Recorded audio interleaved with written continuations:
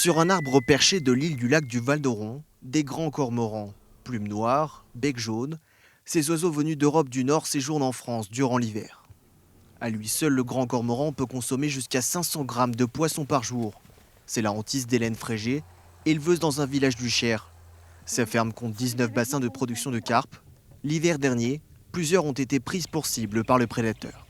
Les tracés blancs, ce sont des coups de cisaille, finalement des éraflures de bec qui sont venus blesser le cuir à ces endroits-là. Donc, c'est un poisson qui faisait au moins 30 cm.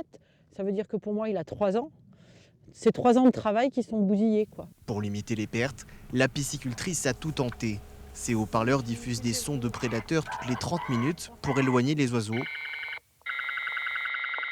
Ces cages immergées dans l'eau font office de dernier rempart pour les poissons. Le poisson a la capacité de venir se réfugier dans cette zone protégée si on peut, et puis de laisser l'oiseau à l'extérieur, évitant que la prédation soit trop importante. Chaque année, l'éleveuse attribue à ces attaques une baisse de 5% de son chiffre d'affaires. J'ai estimé que ça pouvait être entre 5 et 10 000 euros en moyenne sur les années piscicoles qu'on a eues ces dernières campagnes, ce qui est relativement important, quoi. Donc ça veut dire que derrière, il faut, sur une exploitation agricole comme la mienne, il faut rebondir sur les autres productions de la ferme.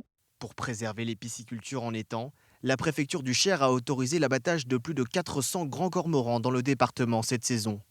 Selon ce responsable d'une association de défense de l'environnement, cette décision ne résout rien. Les tirs sont aussi autorisés sur des cours d'eau, sur des étangs qui ne sont pas des piscicultures. Donc là, on va déplacer le problème, on va disperser les populations. Et si ça se trouve, ces populations vont venir sur la pisciculture. Pour lutter contre le phénomène, l'association encourage les pouvoirs publics à mettre davantage de moyens dans la restauration des milieux naturels.